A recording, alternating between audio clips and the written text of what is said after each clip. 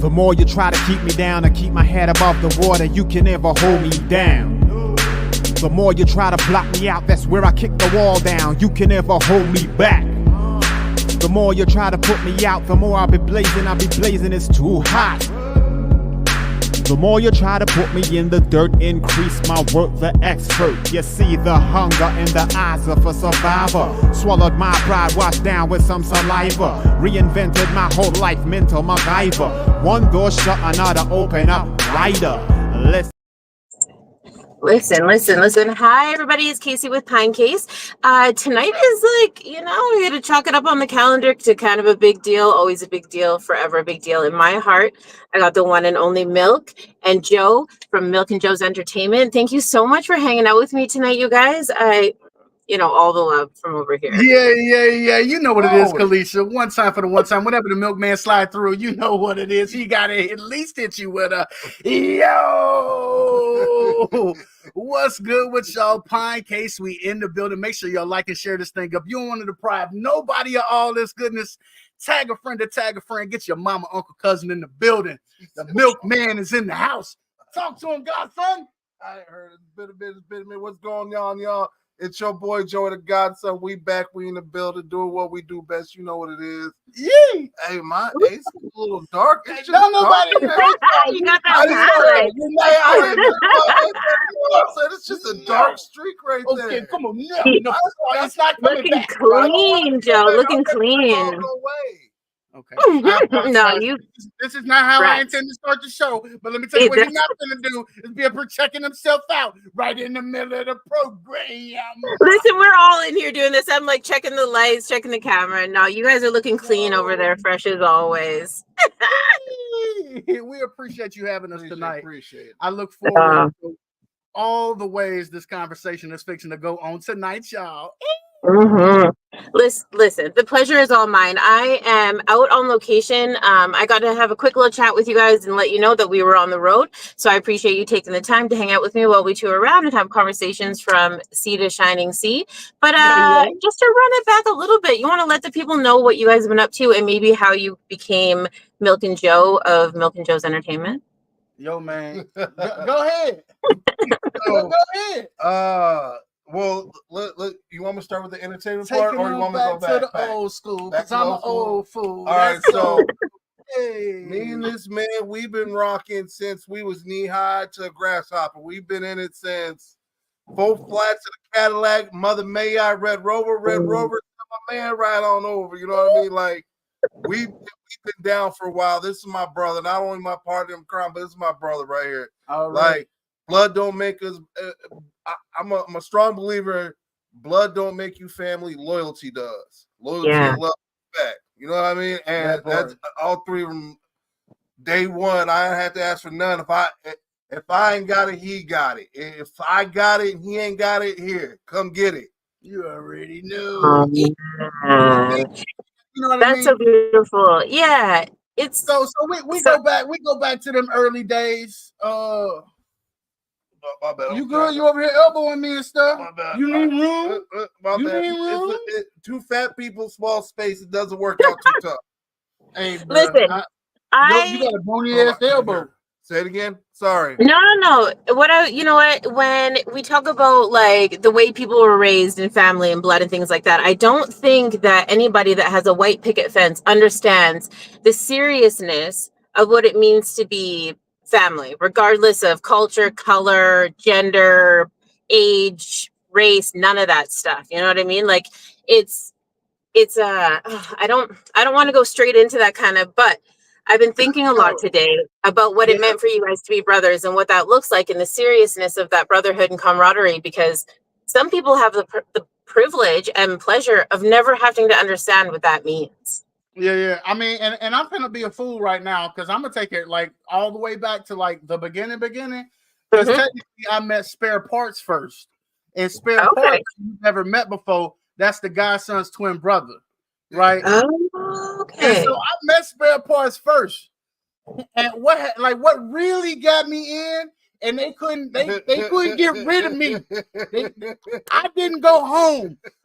I slept with my feet in the air on a wraparound couch. I slept on a swing in the yard. I slept on the front porch. I never went home after they let me in to watch wrestling. I swear for goodness, it was WCW Monday Night Show, and they had cable at their house. And Spare Parts gonna say, "You better ask my mama."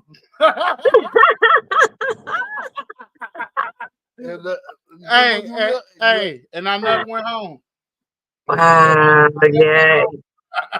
That's how it's been ever since then, for real. Like, my mom was the type of mom, if she seen you and she brought you in to come eat, she seen something special in you. Yeah. Like, she didn't want no one bogus around her kids or anyone else gonna get her kids out to do dumb shit like that. So the fact that he was even allowed in the house was like, okay, you cool, you can come in and kick with my boys. You know what I mean? So, hey, when you come from around that way, like, you don't want nobody to see what you got in the crib, because you don't know who casing, who gonna tell somebody what you got, and they gonna try to run in the crib. Like, it's a different life where we come from, and it was deeper than just letting somebody into your bubble. It was like you could put your world at risk by letting the outside in. You know what I'm saying? Yeah. Now, I would have ran into a world of hurt had I been on some bullshit. Let me just say that. Listen, these kids don't know about that kind of stuff, right? Like, we got these things out here like Marketplace and Craigslist and everything. Like, come by my house, I'll trade you this for this. And we're not talking little things, we're talking big things like cars and dirt bikes and all these things that these kids, they're not even thinking about what that looks like when maybe we're not around, or people creeping through. Like, listen, I grew up on 2nd and Dogwood. Like, we don't play. My mama don't play. No, you know what I mean? Ain't nobody coming around the same way that it's no joke. And right now, I was trying to explain that to the spawns. I'm like, you guys, like, easy here. Can we? Because it's a blessing and a curse with this generation, right? and the people that's right in front of them, in the sense that they haven't necessarily had to, because people worked really hard to show them something different. But at the same time, like, you can't pretend like that's not out there, and you don't want them to be blindsided by it. See, what you're doing is what I call breaking the generational cycle. Like where you said 2nd and Dogwood, where I came up, and look, I totally understand all that. You got to break it somewhere. I'm gonna show you what it really is, and this is where it stops. This is what you do if you want to live out here and do that dumb stuff. You get this, but if you want to do this other shit and be smart, you can go do all this and get all this. And that's how you break that cycle right there. Hey, and if you're Milk and Joe, you get to do both. You get to trip, fall, get back up, and be great. Yeah. That's the power of it, though, right? Like, I love that, there's no pressure. My kids don't understand what that type of stuff means. But listen, when I'm telling you, I was like tucking my flag away, trying not to be. I was like, hold on, I'll be home tomorrow. Mama be home tomorrow. Yeah. Yeah. So tell me a little bit about, like, the things that you guys went through, like, growing up together. Like, what was it like, growing up with? I don't want to be like, tell me one good thing and one bad thing about each other, but, like, for real, like, what are the things that you guys went through to, like, what were some of those bond building moments that you stick on the tip? One of my favorite stories revolves around this stuff right here. Yes. The medicinals. I didn't just remember. Go ahead. What you mean? All right, so oh, you're gonna tell it? Yeah. I love how he's leading tonight. Go ahead, player. So what were we, about 12? No, don't do that to us. We was 13. Yeah, we was 13. Were we 13? Yeah, it was 13. Right before. It was like the summer. I feel like it was the summer before the 13. Nah, we wasn't still 12. Make us 13. All right, so 13. Make us 13. We're 13 in this story, okay? So we seem like we're a little bit older. So we're 13. Now, at this point in time in life, I've already been smoking. I've been baptized into the greatness things of life at that age, right? Right. Now, I'm a sharer. If I let my people join with me and experience the greatness, right? bring my brother along for this great journey that he's about to experience. We didn't have to go far. We went to the Bestow the basement of knowledge. Aunt Debbie crib. We really Right. did To the like my basement of Aunt Debbie crib. Rick was there, and I don't know who else was there. So we were sitting there. We down there. We loaded a bowl. We old school. We had a little metal bowl, a little metal. What the hell? A screen. Screen. Thank you. Hey, you ever had to like cut something off the faucet or something to make a screen for O's? You don't know nothing about that? Yeah, you unscrew the little thing and pop it through with your thumb. You Listen. know That right there. So That this was my first experience learning that. Tell him why I had to learn that though. because he's never smoked before. We've had Right. Okay. No, he's about to miss out on the best part of the story. Why I had to learn that. It's because there was a screen and then there wasn't. I haven't got there yet. Oh, See, look you're at jumping ahead. You're jumping ahead. See? Drop down. You're jumping ahead. Okay, my bad. Gotta lay the groundwork for the story. Come on, Mel. You finna hit him in the head with a honey bun? So we explain it to him. You light it, you inhale. Me and my brother, my other brother Rick, we demonstrate.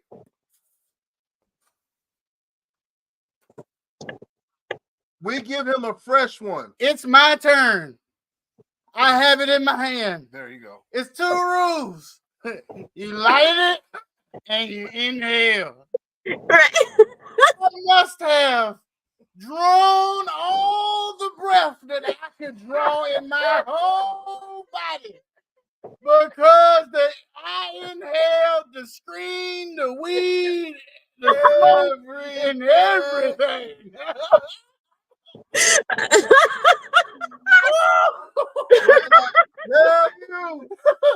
Not only was I fucked up, but we had to go get another screen off because I had stopped the whole operation. The whole operation, like it was there, it was gone, and then it was.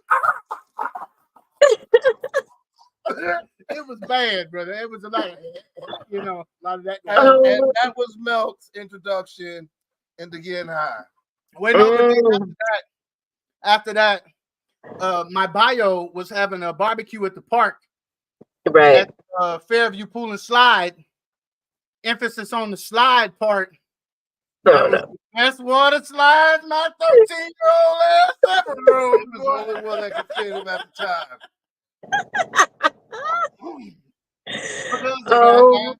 Because the guy. After that, we went to the park. We smashed the barbecue. Smash. And that Kroger store-bought potato salad. Well, I didn't. I don't eat potato salad. You know I ate that. Look at her face. She said, wait a minute. Listen, my white half was like, that's delicious. My black half was like, no, I'll pass. She damn near thought I said put raisins in it. But hey, I trained my white half to be able to be like, when they eat potato salad. Like my white half gets offended when they say, you know what I mean, when they even mention that shit, like, y'all nasty. Yeah. Like, I don't really eat it, but I got a wicked recipe for it. And it does not include raisins. I was saying, don't involve raisins, does it? No. Thank God. Friends, it doesn't involve raisins. Okay, we're good. No, we're cool. Neither does my stuffing either, though, like, or dressing or whatever you guys call it down in the States. Like, we don't put raisins in none of that stuff. Refer to stuffing and dressing as the same thing? Is it not the same? Oh, Not no. down here. Stuffing is like a crouton mixture that comes in a box that you add hot water to. Oh. Okay, and dressing, you make you a pan of cornmeal cornbread. Okay, and then you crumble that up and you put in some onions and bell peppers and some celery and some chicken stock or turkey stock, depending if you cooked one. And then you put some like cream of chicken soup in there, and you got to put the salt and pepper and seasoning and the ancestors, and you got to throw in some boiled egg, and you got to stir. Sorry for everyone out there right now. I apologize to y'all. Milk has left and Ethel May has came. Then I introduced y'all to Ethel May. Why I gotta be all that? I was just telling somebody today about how I slide in and out of all of what I do. That's Ethel May. I done slid into it right fast. That is Tyler Perry. You're not gonna convince me any different. That's your Tyler Perry. How you want me to tell it? It's your story. I mean, how you want me to tell it? You're not lying about it. I was there. As long as you tell it and tell it, you know how to make some dressing. I know how to make it. That's why I had to stop. And when you get through stirring, you got to bring somebody else in to stir because they need a little more stirring. Okay. Right.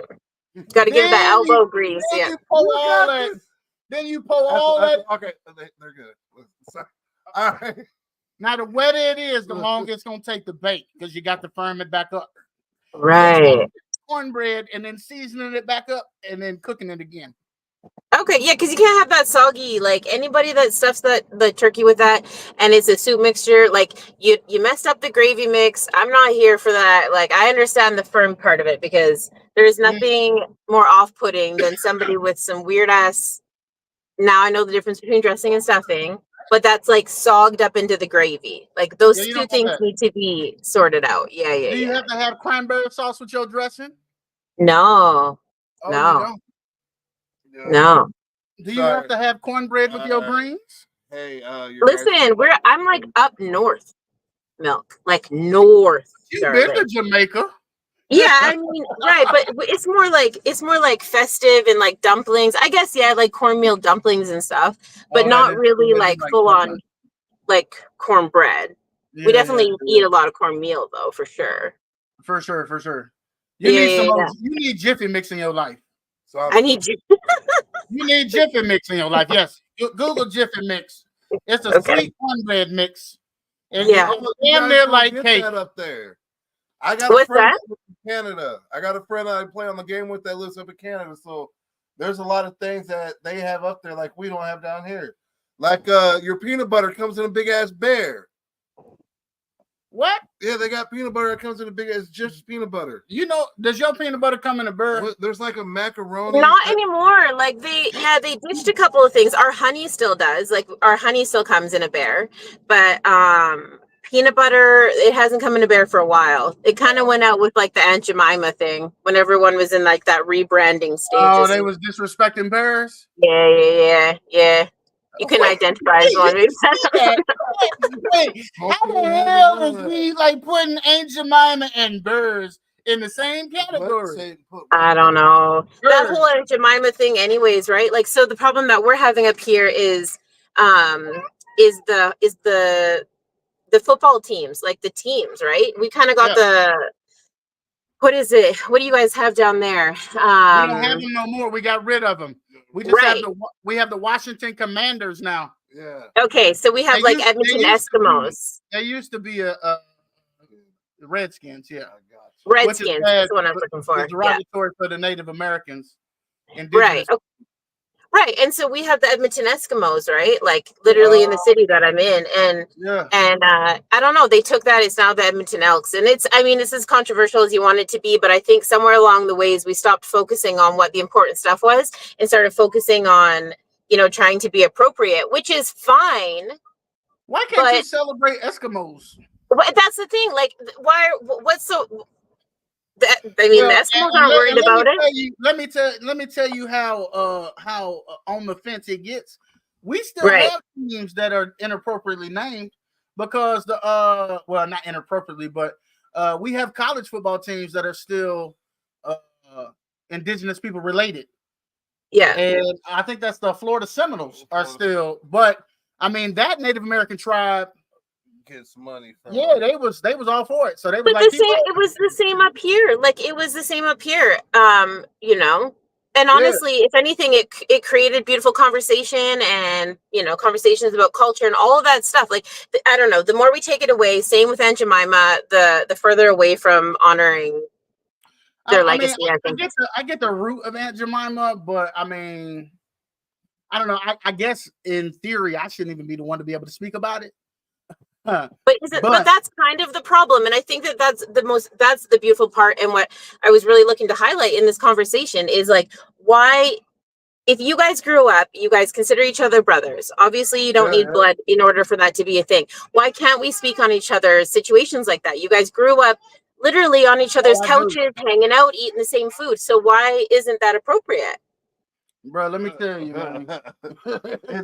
So like you were talking about within settings is just as appropriate. Like within our community is appropriate because he lives in our community. He's experienced those things in our community.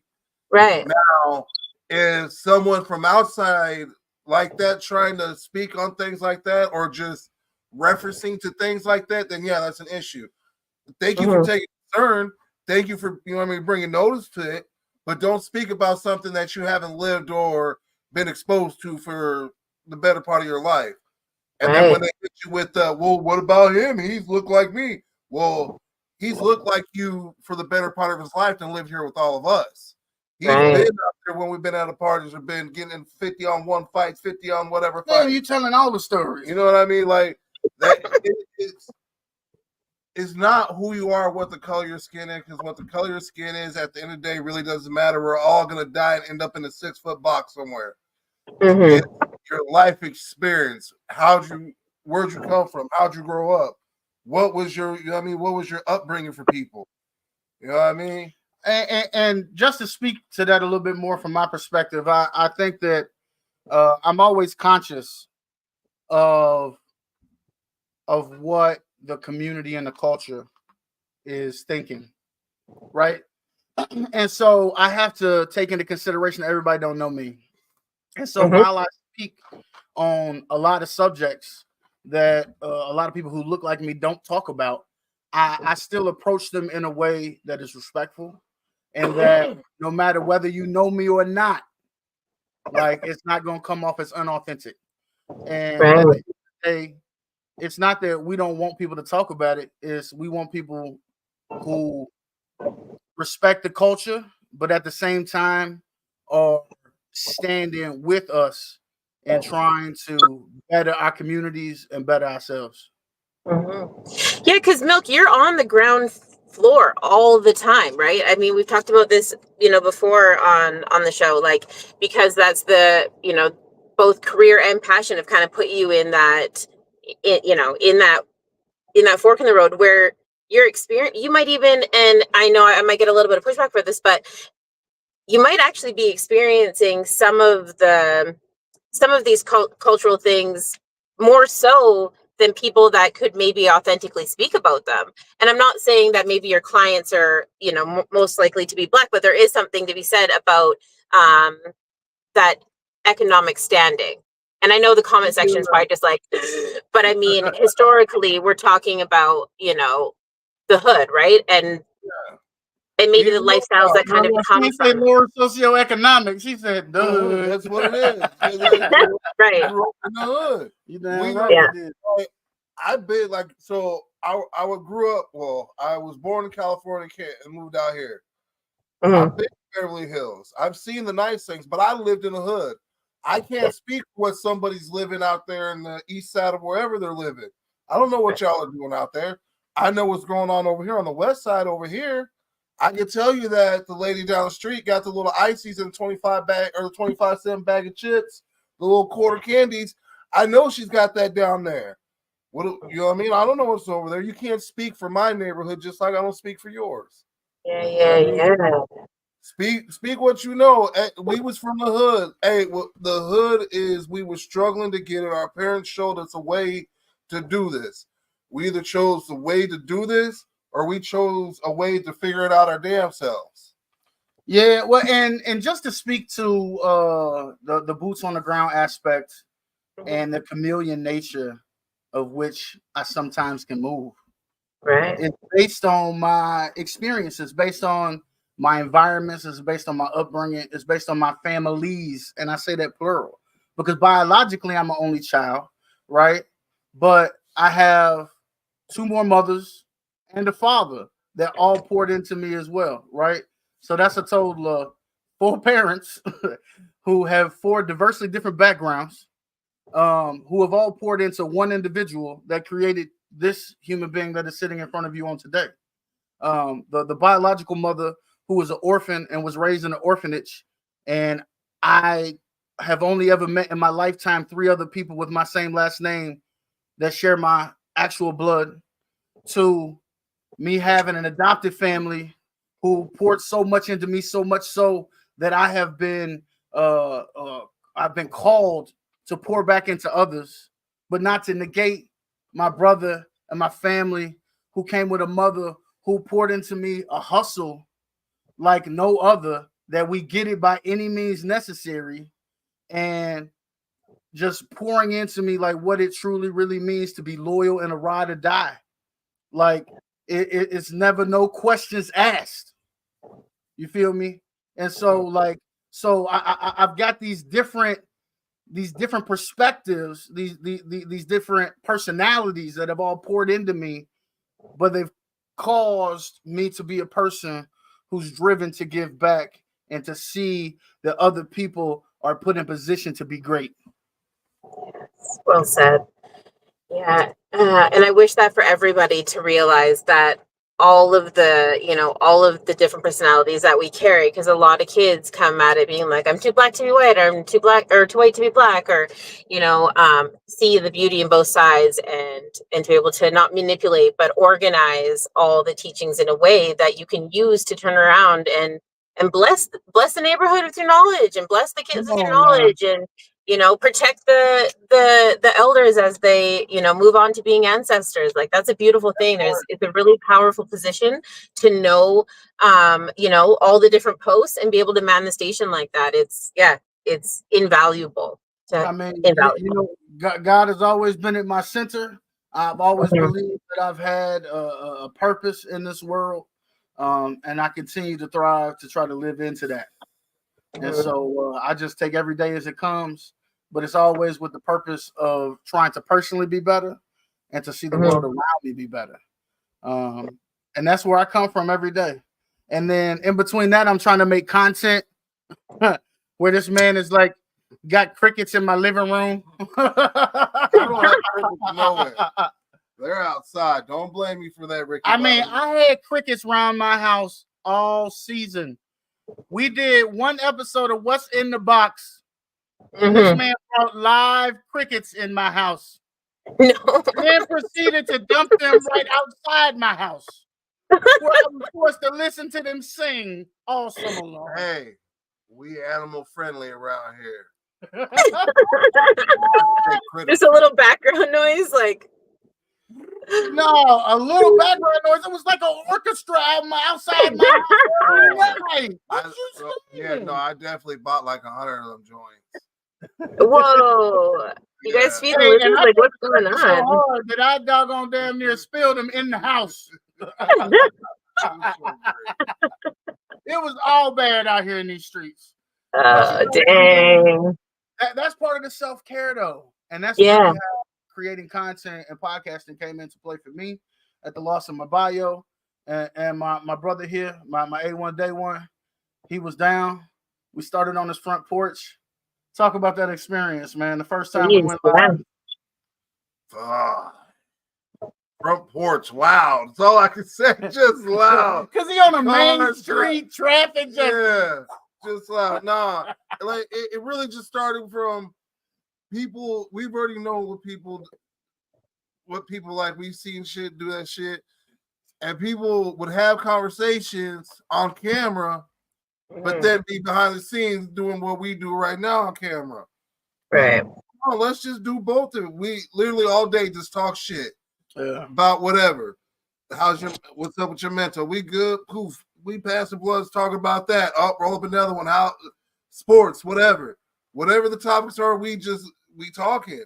And let's just put a camera in front of it and keep it rolling, see what happens. That's the premise, right? You haven't seen us be any different from the time we got backstage to us talking to you right now, because that's just who we are. We talk shit, we laugh, we smoke, and that's how we decompress. That's how we deal with life. You know what I mean? That's how we unwind. That's kicking it for us. That's like playing dominoes or spades, although we'll bust your ass in that too. You know what I'm saying? I'm just saying, but that's what it is for us. Now it came with a lot of trepidation for me, and it came at a time where I was very vulnerable at the loss of my biological mother. I needed something to keep me moving. Yeah, but I also had been in ministry up until that point. Right. And while I had always smoked weed, let's not get it twisted, it wasn't something I publicly advertised. It wasn't a part of my life I shared with the world. Right. And so it took a conscious effort for me to say, okay, this part of my life is behind me, and I'm choosing to show the world all of me and not just some of me. And I also want you to see that you can be a human being and still serve God, and that includes smoking marijuana. Yes. The All of me. transparency. What you was like picturing me like doing some like tacos or something or what? Come on, bro. What was you? I'm sorry. No, but it's the transparency that's important. That part. Yeah. Right. I've heard that before. That part.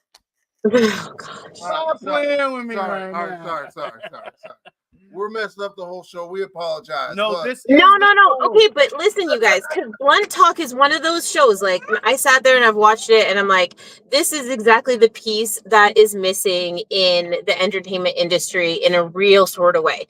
It's these kids that are out here that are like, listen, the doctor in the stale room with the sign-in sheet and all of that stuff is not where I belong. That's not what makes me happy. That's not where I feel safe or comfortable expressing myself. And then they come across a situation like y'all, and they're like, wait a second, this is safe, it's healthy, it's productive. I can express myself. And the takeaway is like anything can be self-care if it's not damaging to you and the people around you, right? And I think it's important to be a representation of that. I mean, I can't stress it enough. And it's, it's I preach it all the time. Like it's the young dudes, it's the young chicks, it's these kids that it's like they just need to see an example of what being healthy and being yourself looks like in a real, authentic sort of way, without it being like stamped with advertisements and hashtag, pride, hashtag, like, no, it's just people doing people things, be man. you. And yeah. let people embrace you for being you. Yeah. And I really love that about social media. I mean, our audience has grown slowly over the last 4 years. Part of my growth was connecting with you. God saw fit to bring our paths cross each other, which has been amazing. But it's the journey, it's the community, it's the love that I actually get from social media. I know, a lot of people get hate, Twitter's a real thing. Sometimes people will troll your comments, this, that, and the third. And every now and again, I'll get somebody who say something silly. And of course I say something silly right back because I got that time for you. and typically there's a mutual respect after that. Like a cliche, you know what I'm saying? Like on the same level here, I'm talking about. Like, oh shit. Can't sleep on nothing. It's always love. People love the positivity. People love the encouragement and motivation. And I love to show everybody where to get a fresh fade. Every Friday, without fail, every Friday. Man, like someone asked me that, they're like, "How often should I get a haircut?" I'm like, "Well, according to Milk, it's every Friday." And you know what's crazy is my hair grows fast enough for him to be able to put a new design in it every week. That's beautiful. Yeah, it's beautiful. Man, the best barber in all of Illinois. That's awesome. Did you just hear that? That was the most hateful, disrespectful thing one person could ever say to another. He said he hopes that the man sneezes while he's putting in my lining. Doesn't even sound like something I would say. Bruh. He also told me you said that I looked like I was rolling out the car.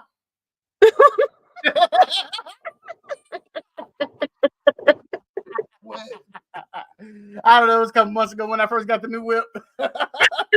Oh my gosh. Probably. You guys are wild. So oh my god, probably. I can't recall, so I can't deny it. Yo, man. This is what we do. It's the quality good times. It's the last days. As you guys were coming up, like, and you're just hanging out, figuring out each other, figuring out the world, like, why was it important for you guys both to be like, I don't want to say a perfect representation of what a man is, because obviously you guys have been through a little bit, but what kind of kept you two, both separate and together on track? Damn. Go on and tell them. No, I got. You had to be reminded a few times. You had to be encouraged. So they said, "Let me talk to you, son." All right. So Listen, I had to be reminded a few times too. I'm here with I've definitely been humbled and reminded quite a few times. And let me just say, if it had not been for the grace of God, there go I. Let's start with the ups. So I've been up, I've been down. Like the up of like one of the ups of us passing across when we did in our lives at young. It taught us what to truly cherish in a person, what to truly look forward in building a relationship with a person. You know what I mean? This is my brother, this is my uncle kids. My kids call him, this has been Uncle Ray since they were born. So like it's seeing who the person is as they're growing older with you and the type of person that you reflect off of. I knew at a young age, like I said earlier, I can learn and do it this way and be smart about it, or I can try to figure it out myself. I tried to figure it out myself. He learned and went that way. I could have learned that from him. So that we both had to learn hard. We just had to learn hard differently. Like right. It was a time. So it was after my sophomore year of high school that I had left Central Illinois and moved to Southern Illinois with my adopted family to East St. Louis, which was a whole nother experience. I think we touched on it a little bit the last time we talked. But when I went down there and was finishing high school with honors and graduated, you know, and didn't even have to go to school for the full day my senior year, and that was coming off of failing everything my freshman year, like going down there and excelling and going off to college, which is where I learned my lesson. Well, he stayed back here and he learned some other things that caused him to go to his own version of college. I learned a lot more. The crazy thing is I gained more of an education where I went than I feel like if I'd have did 4 years in a state college somewhere. Shit, I damn near did 10 years in a state college because I had to learn. I've always said this and I'll say it. I don't glorify doing what I did. I don't glorify being where I was. But what I will glorify and what I will acknowledge is it gave me the sense to know I can be better and do better and that I am better. So I wasn't always the best reader. What did I do every day? Oh, damn, I'm bored. Guess what? I can't watch what I want. I'm going to read a book. I can go off anywhere and be anywhere in a book. What's this? I'm not very good at math or having all this. Guess what? Hey, you know this better than me. Come teach me this so I can get this and get this done. Like I got my GED while I was in there. I did a lot of dumb things, but I got a lot of good out of being there that taught me how to be a better person, a better man that I am today. And I don't discredit none of the experience that I went through. That part. Life is real. Yeah, it is real. Depending on how real you are, you'll really see what it's like out here.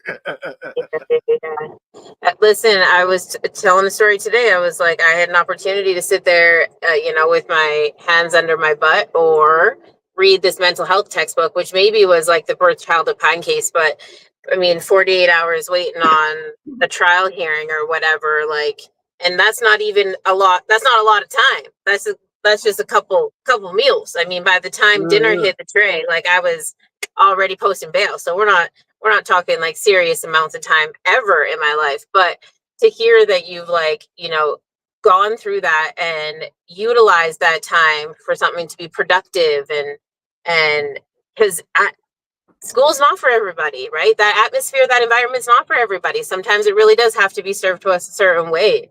But to find that in there, like it's commendable for sure.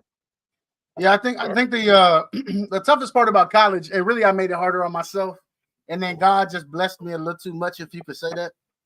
Yeah. Is you had somebody that was from the projects who moved to another hood, graduated high school, and never had thought about going to college until it was time to go to college. Right. And while I had everything that I needed to be successful there because of my immaturity and because of my experience. While I should have been more focused than I ever was, I was having a good time. Let me just say the milkman was running wild. Oh my gosh, that's the movie right there, right? Like we got Joe in there studying, Milk out here running amok at college. I mean, honestly, like where's that pilot project? My goodness. Man. I mean, from having my own party house across the street with a few fellas to, being the president of the dormitory to thinking he was running something in student government to doing everything but going to class. Thought he was the big man on campus. We found out real quick that vacation could be real expensive. And then you could go back at 28 and finish, though. Right. Because when and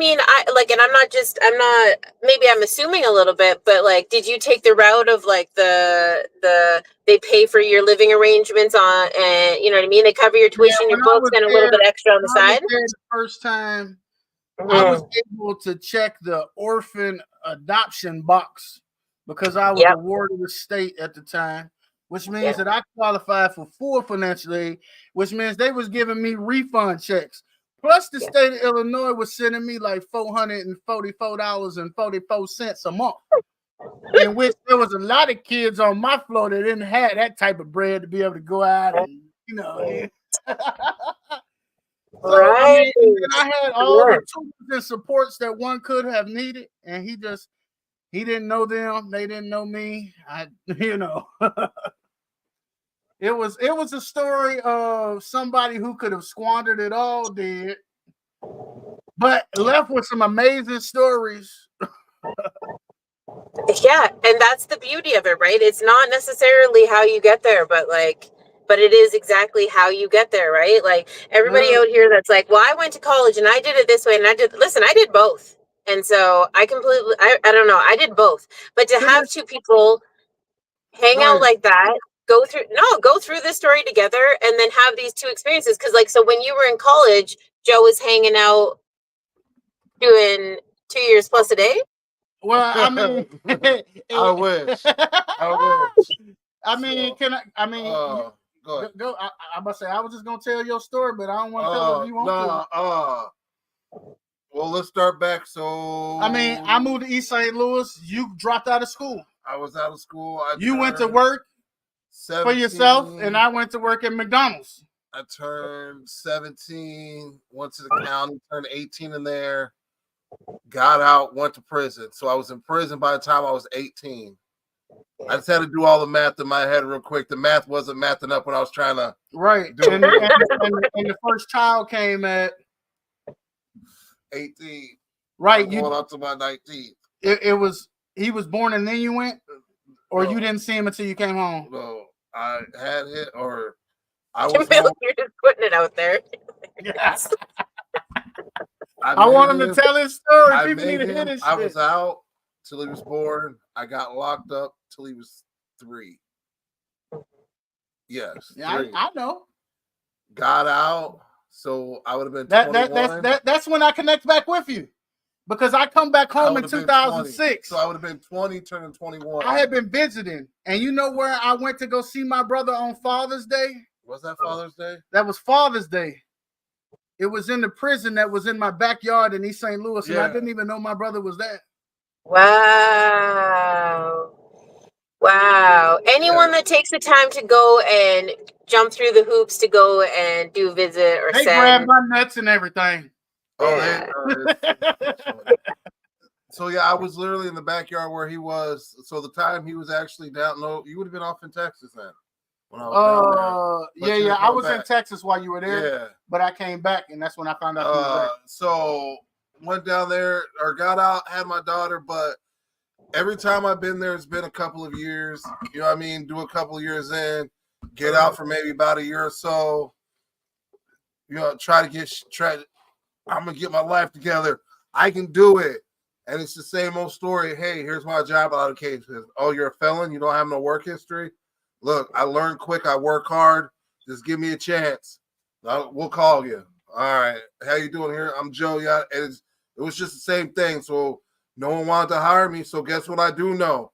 I know I can take this, put a little bit of this with it and make this and get this at the end of all that. I knew what I needed to do all that. And I just kept it going. And finally, it really wasn't until I started messing with that's my man's and then that's another one of my, how would I describe Brad? He's my partner, not like my partner, but he's a fellow business partner. Partner. Your associate, like business associate. Yes, that's I was trying to look for word.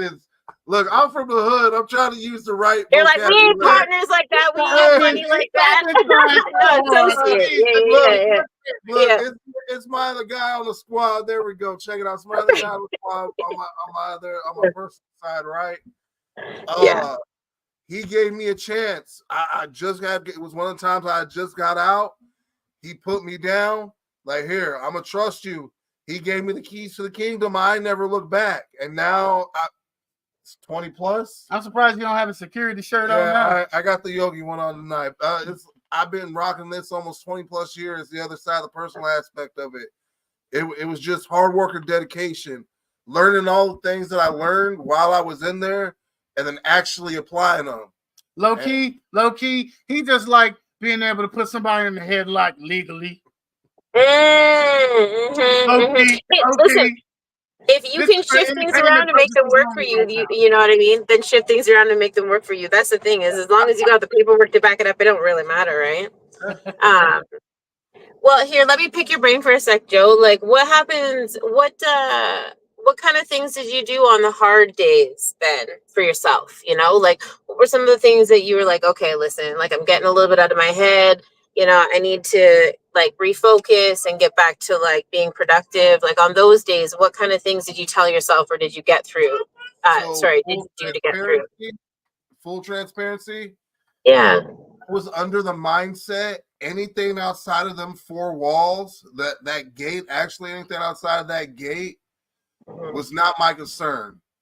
I couldn't have that mental of what's going on out there because I had no input. I couldn't go out there and physically be there. The most I could do is, hey, check it out, yada, yada, yada. That don't work. It's just a phone call. Yeah, I got it. That don't work. So going in there with the mindset of, okay, you can't control what's out in the out world. Don't let that get to you. Yeah, you may not be getting no letters, but guess what? You can do what you need to do in here. Pick up a book. You're feeling lonely? Okay, read a book. Watch your TV. You've seen this movie. Guess what? Watch the background of this movie. Go to work if you're working. Go work out. Go to the yard. It was literally just me finding a routine that didn't think about outside all the time. Yeah. So how long does it take to get to that point? Like, how long does it take to get a routine? And how long does it take for you to really shake that to where you just kind of focus on what's ahead of you? Everybody's different. Different. For me, first time, like, I was almost out before I finally figured it out. But the last 3 times, it was just, I know what I need to do, so I need to get here. The longest part of any process of going through that is getting to the destination where you know when you got to start your bit and that out date's going to come. So everything from what I do from that first day I get in to that last day, all that stuff in between, it don't mean nothing to me. It's the 2 days that all I'm worried about. And the last one more than anything. Everything in there is just a blur and a routine. Yeah. I think that's great advice for college too. You know, I was sitting there listening to you say that and I was like, you know what? I think that's a great way to keep your mind, right? It's a good way to keep your mind right. Like, keep yourself busy, keep maintaining, but really focused on not what's happening out there, because we get caught up in that. We get caught up at school, inside, outside, wherever. I mean, I get caught up in that in my own home, just like dealing with my daily routine. I'm like, okay, you know, I got to go do this and all this and his and hers and all this stuff. And it's like, I think that's just really great life advice to just like focus on what's happening like right in front of you, like the things that you can control, right? And giving yourself that like mind space to be mindful of, like, okay, you know what? Those things actually aren't my concern, because those are all applicable to the streets just as much as they are inside. Come on now. Yeah. Yeah. And it definitely, so everyone, well, like I said, I grew up in an older generation of where college, excuse me. You're old. You're old. Look at you, just old. That college and the streets were the same thing, 2 different avenues. You can get book smart and get everything you need and make it up this way. Or I can get street smart, get everything I need, and still make it up that same way. I might go through a little more difficult path than the college route, but my destination is the same where he's going. Because at the end, it's just everybody wants to be on top somewhere. If that's real life, like if you just focus on what you need to focus on and block out the bullshit like you were talking about in college, then you'll be the top of the dean's list. I was valedictorian. What is it? I had honors on my thing. You have to go check my tickets out. That you know what I mean, all that. Yeah. So for real, you know why I graduated with honors? Because I left that joint with like a 1.9. You feel me? That's failing. You feel me? And you say you left with a 1.9, you graduated with honors. You damn right I did. Why? Because I had somebody in my life. He instilled a hustle in me that said, oh, wait a minute. There's a credit reset program for non-traditional students. Carry your ass up in there and you go talk to that man and go get your GPA reset. You can start again. Dean's list, baby, here I come. Oh, wait, there I went. Oh my gosh. But I think that there's something to be said here. Like, it's all you could tell me is no. Right. And the pressure is real no matter which way you look. I'm out here yelling. I'm like, this is the type of pressure though, and I don't think people realize like the pressure. I'm not going to take away from the seriousness of being locked up because it's not fun. I don't care which way you slice it. Like, it's not fun. It ain't for nobody. It's not. But in the same way, like, I mean, that's heavy pressure. And it's interesting that you guys were kind of going through, like, trying to figure out a way to navigate the stresses. Like, the stresses are the same, and it's how you deal with them and come through on the other side. That's really impressive. Like, so you guys go through this. You're in and out. You're kind of, well, I shouldn't say in and out of college, but you're navigating this interesting road of, like, tax receipts and whatnot.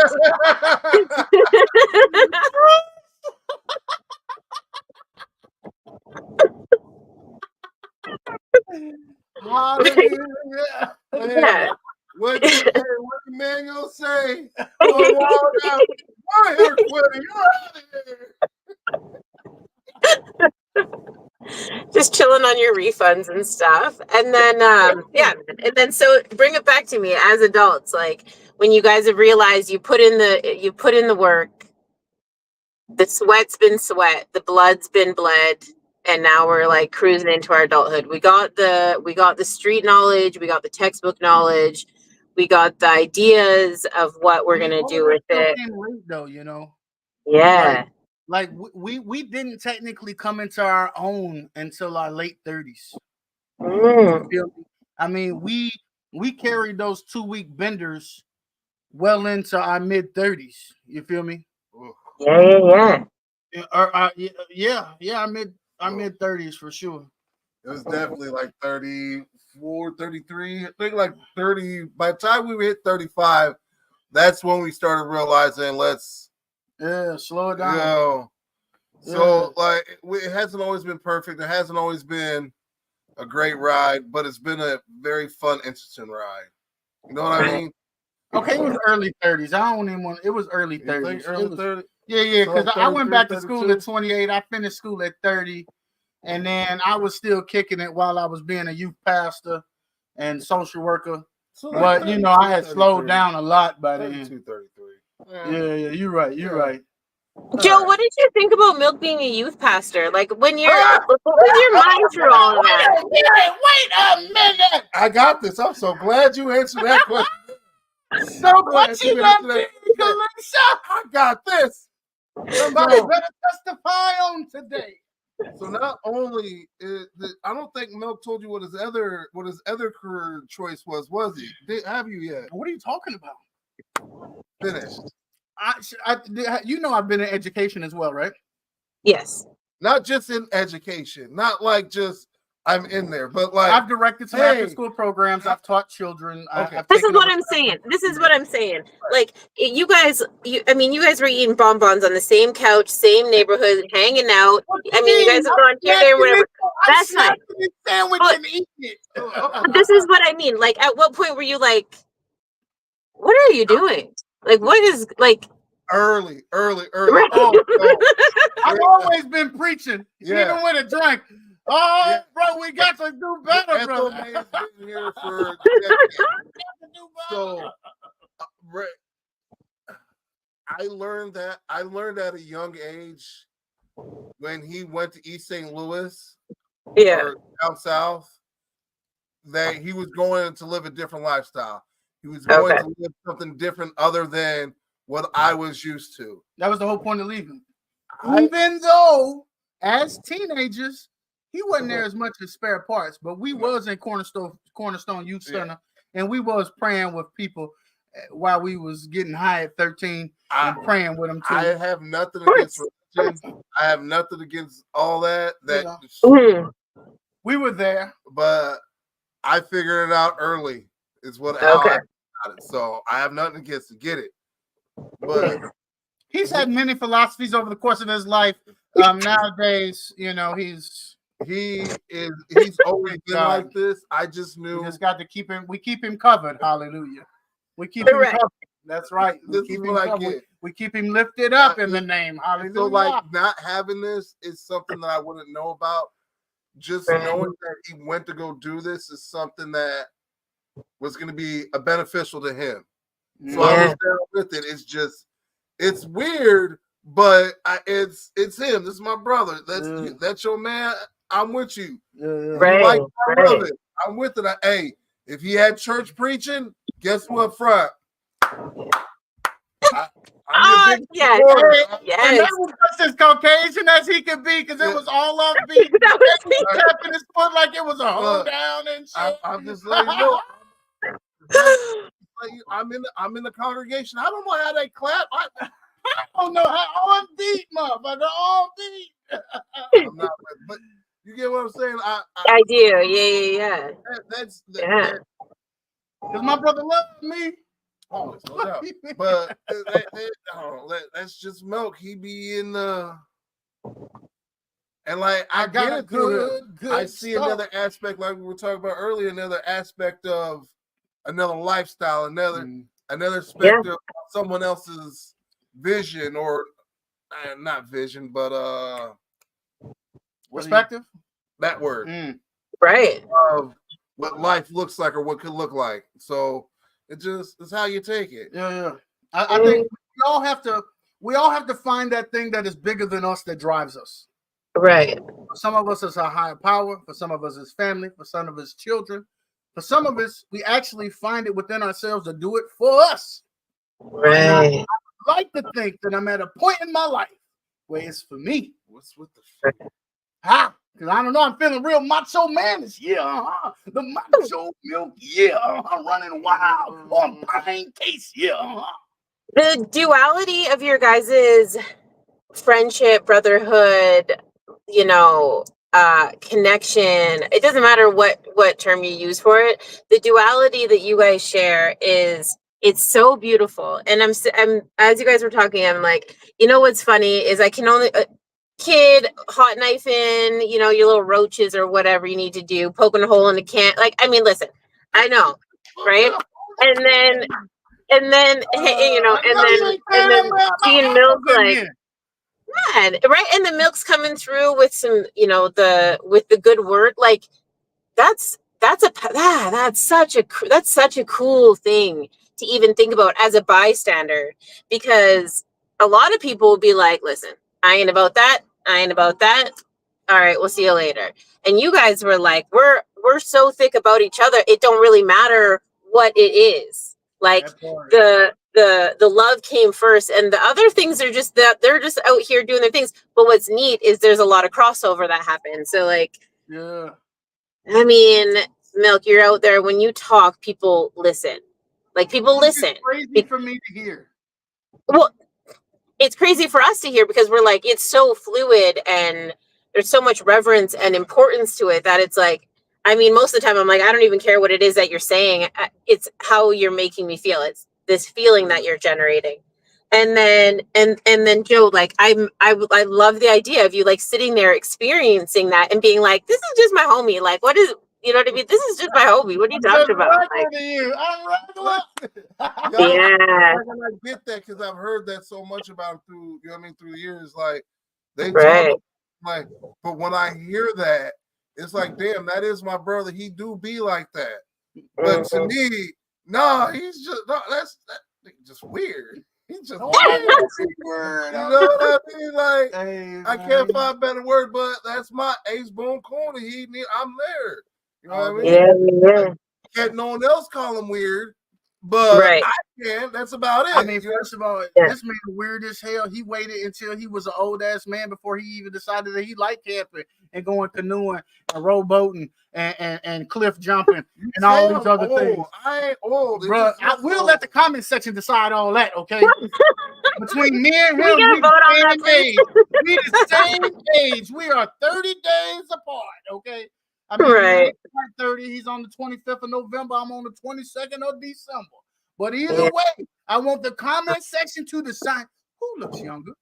It don't, I mean, I'm not even sure it matters because you guys both represent something so unique and beautiful that you guys, and you do it well. Like both of you do it well. So I wouldn't even be worried about who looks older and for what reason. I wish I could grow a beard right now. It don't matter. You know, they done matter. advanced so much at the barbershop. They can spray paint your whole lining on. Why can't they just do a little something on here? Why can't just get a little? Why can't you just get a little something? Maybe I could get a Rick Ross for the weekend, or, you know? Right. Let me try it out. Right. Not locks for love. I'm gonna do a cheeks. I'm gonna do a beard for baller's cheeks. You guys are wild. This is what we do. So before we wrap this up, I do have a couple more quick questions. I want to know, like, I'm not going to bust everybody out with what your plans are for the future because I really want everyone to go and check out Milk and Joe Entertainment. Go and follow them on all platforms. And honestly, it's interesting. It's fun. I feel like I'm in your living room all the time. And you guys invite people to come and sit on your couch, which is really, really exciting. So go and do that. But on a personal level, do you guys have any short-term and long-term goals for yourselves or for each other or collectively? Do I get to go first this time?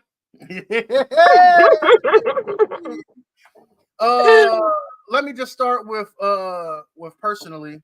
I am hoping, I'm praying that God will put me in a place to be able to start my own non-for-profit in 2025. That's my personal goal. To be able to take what it is that I do for a living, the thing that is my passion, which is helping and serving, that I can make that my own thing, and that I could build a team to go out into this world and to do service from a perspective that I and other people share. And so that's my goal, to be able to do that. That's my individual goal. And then my collective goal, which the Godson is fully aware of, it is our collective goal to start 2025 as an official LLC. Milk and Joe Entertainment is looking to launch as its own official business starting January 2025. We are going to be coming back full steam ahead with delivering content.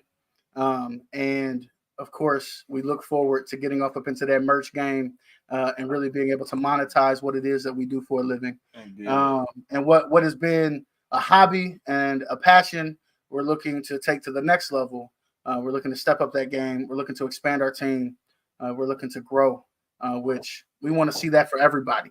And we got a couple months left in this year, so get yourself ready. Don't wait till the last minute. Let me tell you right now, don't you wait until the last minute. You have got just over 60 days to get your affairs in order. because 2025 is going to be the greatest year to be alive.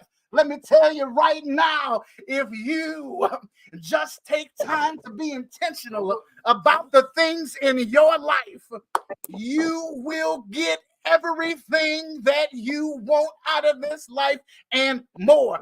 I'm claiming it for myself. I want you to claim it for yourself. That's what we all about, baby. It's bigger and better around here, yo. You all right? I'm good. Hold it together. Hold it together. I'm good. Joe, how the hell do you follow that? Follow that. Follow that. Good, buddy. How? I ain't a preacher. You're- I'm gonna keep it real. Yeah. What the were you just talking? I was playing.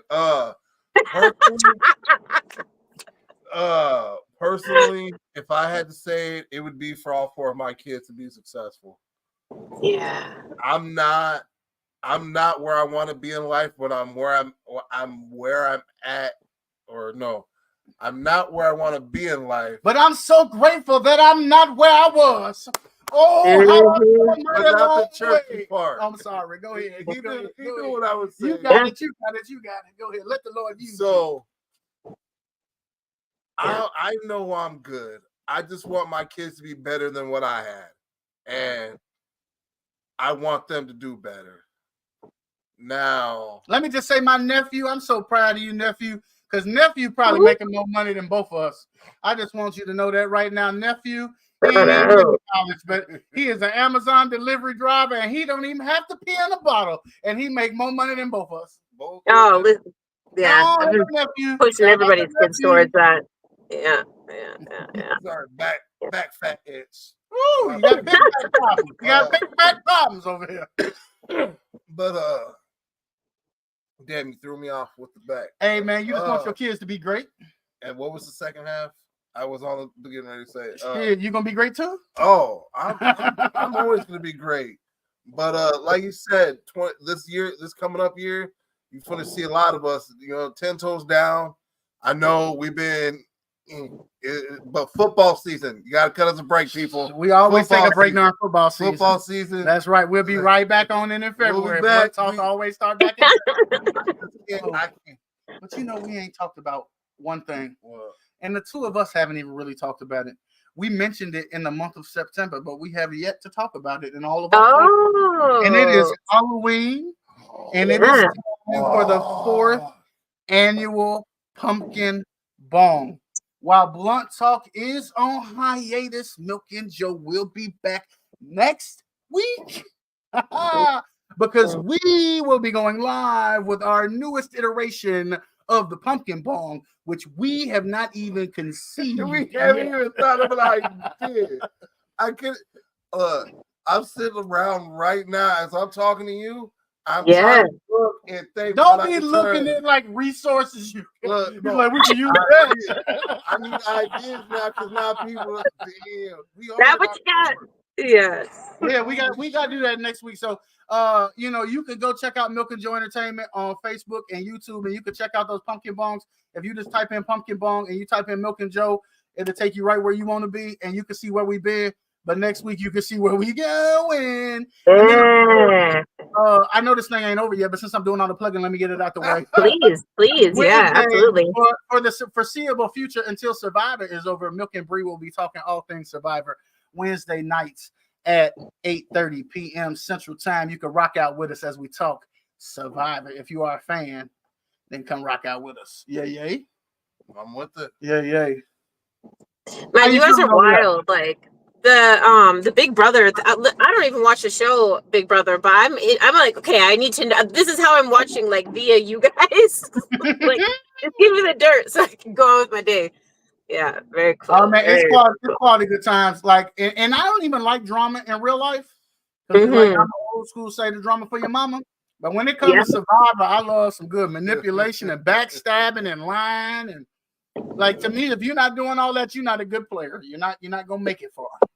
Yeah, no, absolutely. Well, I feel like we're all kind of playing a big game of that, right? I mean, that's pretty much what we're all. Life. Oh, it's like yeah, I've played it on various levels, big and small. I'm grateful right now to just not be playing a super big version of that. You know what I mean? That could be draining in real life. Well, and like, not to circle back too heavy, but to celebrate like the nice calm moments in your life, you guys. Like, that was, I mean, we didn't have to go into all the nit and the grit and the details of like the day in and the day out. I mean, but it was still a pretty serious conversation. And at the end of it, we're like 3 human beings. We have, a roof and some food, and life is good. And I think, it's important to acknowledge that it's all right to like celebrate the contentment and just the regular. I mean, I think it's okay to enjoy that, but I will say that contentment and complacency does stifle growth and progress. And so while it's okay to be comfortable, you don't ever want to get too comfortable. You know what I'm saying? Unless you just accepted this is your lot in life. You know what I mean? Unless you've just looked around and said, well, I guess this is it. I guess I really don't want too much more around here. You know what I'm saying? But the problem with that is, and I ain't going to hoop too much when I say it, is that if you're not growing, you're dying. Yeah, that's So, so you got to keep living. I don't care how much money you've made, whatever status you've achieved in the world, you can still repurpose your time and your energy, and you can still make the world a better place. You don't have to sit on top of your cash. And to add a caveat. Mm. I was in the ballpark. Yeah, you was, but I be ballpark. So, hey, who has helped you expand your vocabulary the most? Come on now, give me some. Give me some. Come on now. So as I sit here, I've been talking. Probably reading them for real. Let me not take that. I don't even like to read. As I was sitting here talking, I was thinking that the whole time I'm sitting here, I ain't give a shout out to Mrs. Godson. Oh yeah, so that's my better half, Mrs. Godson. She's my better half. She's my rock, my stone. And I know, like, when not even sitting here, but when I was talking about the kids, when I was talking about, you know what I mean, it made me realize that she be right. You know what I mean? Like, when we all doing our show, she be right there, so I don't have to roll up. She be doing. Here you go. Like, what? She is so much more than that. I mean, 100%. Let me just say, I'm talking about off camera. When I first met Mrs. Godson, she made me shake my head. Let me just say that, because my brother didn't move the same. And when my brother met Mrs. Godson, my brother was in the middle of a shift.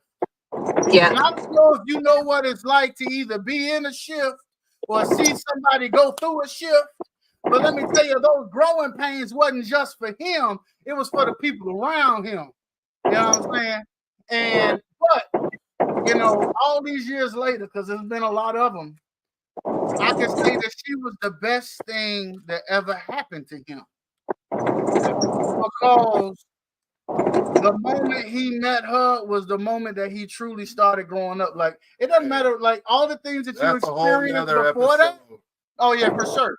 But like you really like moved into manhood, and you let it be known, like it's been different. I definitely moved different. I definitely put once you become a man, you put. Oh, that's right. You put when I was a child, I acted as a child. But when I was a man, I acted as a man and put childish things away. Come on, now you telling them. That right? Come on. That part.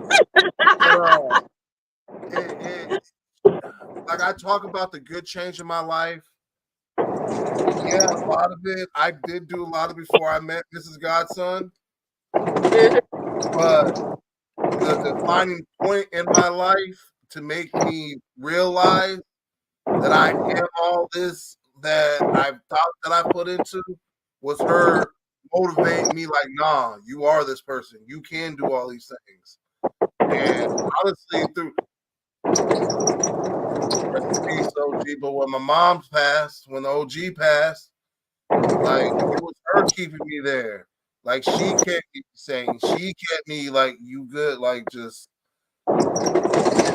shit. Like, I was in a dark spot, and she was my light to get out the other end of the tunnel. So, Mrs. Godson, if you're watching, big ups, we love you. Well, I love you. I know Milk love you, but I love you. 1643. Yeah, shout out to a good freaking support system, man. Like, It's a selfless thing to be out there and support somebody through the thick and the thin and the heartbreak and the love, right? Because when it's good, it's easy, but when it's bad, it's ugly. And anyone that's willing to see you through all of that, like, yes, that's shout out to the reals. They know, she knows already. Yeah. Wouldn't have it no other way. I mean, you heard about how we met, so you know we don't let nobody in the circle who ain't with it. You know what I'm talking about? Hey. Yeah. You got to get with it to get gone. I feel like we're kind of missing that like in culture right now, right? Not sound toxic. Yeah, get with it to get gone. That sound toxic. We need it. We need those people to be like a definite yes or a definite no, and like, you know, I feel like we're missing that a lot. Just like as a culture, like we need that standard and that boundary to be like, nah, that ain't it. This is it. You know, like get into our kids' lives a little bit more. Get involved and like see what's up. And I don't mean like, you know, attend their basketball. I mean, like, know who their friends' peoples are, man. Like, hey, let me tell you, I got parents all the time telling me, I wish you was around all the time because I learn more about my kid when I'm with you than any other time. Okay. Yeah. And it's all about those relationships. And it's a fine line as a parent. As a social worker, I get to wear a couple of different hats, right? Mentor, right. You know, I get to I don't always have to be the guy with the big words, if you will. You know what I mean? I could bring it back down on their level, and we get to have some one-on-one time where we really just kick it. You know what I mean? And be people. And that's hard sometimes for parents because you got to be the parent. And one of the biggest complaints you hear from a lot of folks is stop being your kid's best friend. But at the end of the day, the relationship that you have with your kid is the most important because one, it defines who they are as a human being, but the relationship you have allows you to see, you know, what's going on really with your child and to really have an open and honest relationship. So where your children aren't afraid to tell you things, that they can come to you. And it's because they respect you and not because they're afraid of you. Yeah, it's true. Coming from somebody who worked with kids and ain't got none. Well, you know what? It takes lots to make the world go round. And I don't necessarily think I used to be held fast to my belief that every social worker needed to have kids and that they didn't understand and they needed to have that life experience and, you know, that part of their heart and all that stuff. But I don't know if that's always appropriate. And well, it's not appropriate, right? There is, you know, we've talked about it before. You're like, I'll be that guy that shows up, that's there, that drives her home once she's gone through all of those stages of birthing and having her child taken away. And you know what? If that's your space, I was just at boxing this past Wednesday, taking the kids so that he could see boxing, and he started yesterday. I was just with a young man yesterday, taking them to put in job applications, introducing them to one of the homies that runs the Popeyes that we met for doing the concerts. Shout out Quay, one half of the greatest R&B sensation, Quay and G. You know what I'm saying? Once again, relationships, people that you meet along this journey. You know what I'm saying? So it's all intertwined, and it's all love for me.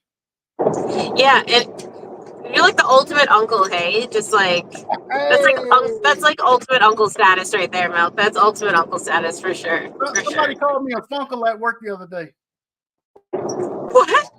A funkle, a fun uncle. I was like, oh, what? A funkle, I'm a funkle.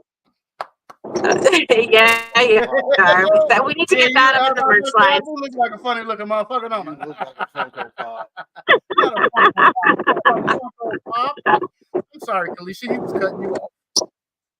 No, that's okay. We're gonna have to wrap this up into a part 2 though, because we are officially rolling, and I don't want to take away from the quality of your guys' beautiful story. I do have a couple more questions that I'm gonna get to, but after this conversation, I kind of want to sit on them for a hot second and maybe dive into like a part 2 if you guys are interested.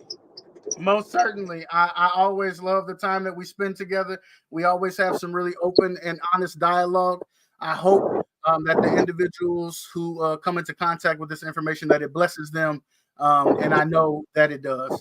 And so it's been amazing. I appreciate you having us.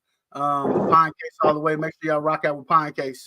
Hey, and fix it so I could tag Pinecase on Facebook. Because why I can't tag Pinecase on Facebook?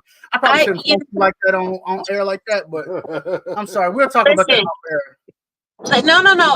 Let the people know. Let the people know. So when I started Pinecase, I'm not sure if everyone knows this, but I've lost 3 of my brothers, right? And all for different reasons. I mean, I don't really get too much into the stories, but one of them, he was, he had a trap line and this and that and whatever. And I said, if you die, I'm going to turn your Facebook and your old trap line into a space where people can come for recovery. Come on. And he was like, go ahead. And I was like, okay. So that's why, I can't get, I can't get verified until I use my legal name. So I switched everything over, and then they wouldn't let me do it if it was Pinecase. So that's why it's like, my that's my government name with Pinecase attached to it. So yeah. So wait for as soon as they get it sorted out. But hashtag Pinecase will put you there too. Right or wrong, man. The growing pains of legitimizing what it is that you do. Or at least in the eyes of the government. Come on now. I know, that's the thing. I'm like, do I stay true to the story, or do we just cut our losses and get on with the bigger picture? But like you said, January's right around the corner, so we'll see. That part, 60 days. You got a little over 60 days. Get your affairs in order. It's time to be great. 2025, it's going to be the greatest year to be alive. I'm calling it right now. The Milk said it here first. Live breaking news on Pinecase. You always get the Milk exclusive. All right, you guys, honestly, stay safe out there. Take care. Thank you so much for joining us tonight. I appreciate it so much. Joe, it was an absolute pleasure meeting you this evening. Thank you for taking the time to hang out with us. And yeah, we'll get you guys in the calendar. For the young kids out there that are tuning in, let this be an example of, it doesn't matter where you come from or where you've been, whether it's your family or your friends or yourself that put you there. There is light on the other side. Just stick with it, get through it. You know what I mean? It's all right. You can grieve, you can grow however you want to. It doesn't have to be pretty. It just has to be. Come on. All right. Take care, you guys. Love. Cheers. Oh, we're definitely on the road.